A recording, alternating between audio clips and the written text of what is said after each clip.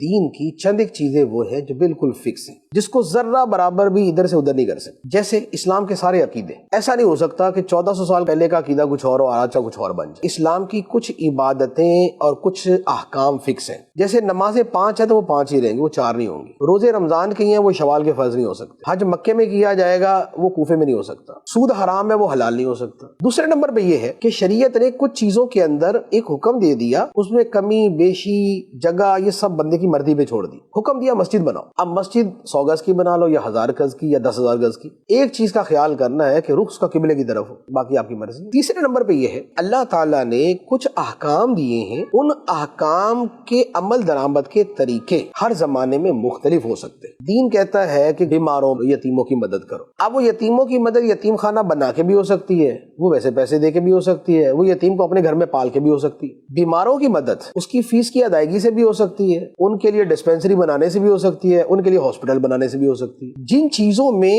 حکم موجود، ذرائع کی کھلی اجازت ہے، وہاں آپ ان ذرائع کو جیسے چاہے استعمال کر لیں. اور جہاں پر حکم ہے اور اس کی کچھ تفصیلات ہیں، جیسے مسجد کی میں نے مثال دی تھی، تو جو حکم معین ہے بس اس پہ عمل کر لے، باقی پھر آپ کی مرضی. جہاں بالکل ہی فکس ہے جیسے عقیدے، نماز اور یہ چیزیں ہیں، وہاں پر بالکل فکس کے اوپر عمل کریں گے.